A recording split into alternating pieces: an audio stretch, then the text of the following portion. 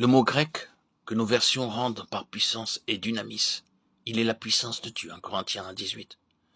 C'est de ce même mot que nous pouvons en faire dynamite. Or, l'apôtre nous déclare que la prédication de la croix est la dynamis de Dieu. La dynamis. C'est-à-dire l'énergie, la puissance. Une puissance, non pas à l'état latent, mais actif. C'est là. C'est dans la croix que Dieu a déposé sa puissance pour la délivrance d'un monde dévasté par le péché et la mort. Et la prédication de la croix met en action dans les cœurs qui reçoivent le message la puissance de Dieu.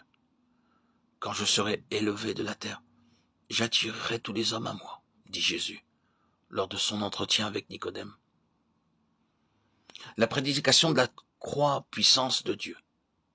Non pas les dissertations, non plus les spéculations sur la croix, mais la simple prédication, sans artifice, sans phare, sans sagesse humaine, ou quoi que ce soit qui la voile, telle que fut celle de l'apôtre.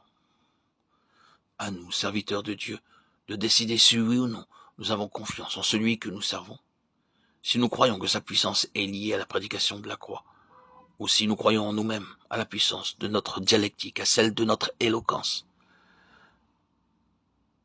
Celui qui a créé le cœur de l'homme, ignorerait-il ce qui peut ouvrir ce cœur? N'aurait-il pas su forger la clé qui y donne accès? Comme la clé à la serrure, ainsi du message de la croix pour mon âme, a dit quelqu'un. Et ceci est vrai pour tous les hommes, qu'ils soient blancs, noirs, civilisés ou non. La toute-puissance de Dieu est liée au message de la croix. Elle en fait partie intégrante. Et ce message de la croix n'est pas seulement pour le pécheur qui ploie sous le poids de son fardeau. Il est aussi pour tout amant racheté et sauvé. À toutes les étapes de la vie, durant tous les développements successifs de croissance spirituelle, il soutient, réconforte, donne en tout temps l'aliment nécessaire et n'est jamais épuisé. Il est la puissance de Dieu. Il y en a beaucoup qui ont une telle conduite. Je vous l'ai dit souvent et je vous le dis encore en pleurant qu'ils sont les ennemis de la croix de Christ. Philippiens 3,18. Ceux qui aiment le monde et les choses du monde et refusent de s'en séparer se sentent touchés par la prédication du calvaire.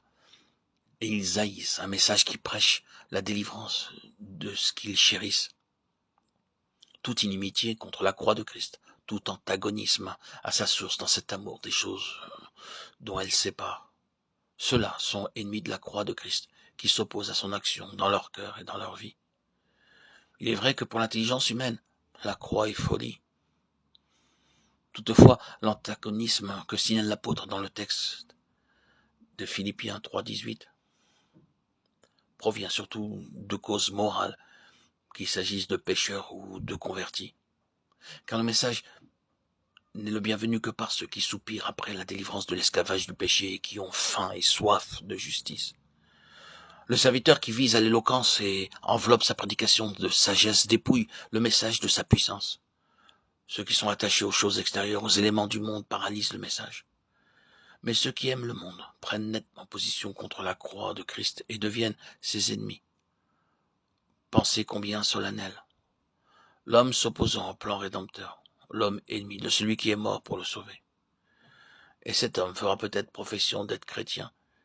Il annoncera peut-être la croix, tout en paralysant le message par son désir de briller ou par son amour des choses de cette vie. Toute indulgence personnelle est ennemie de la croix de Christ.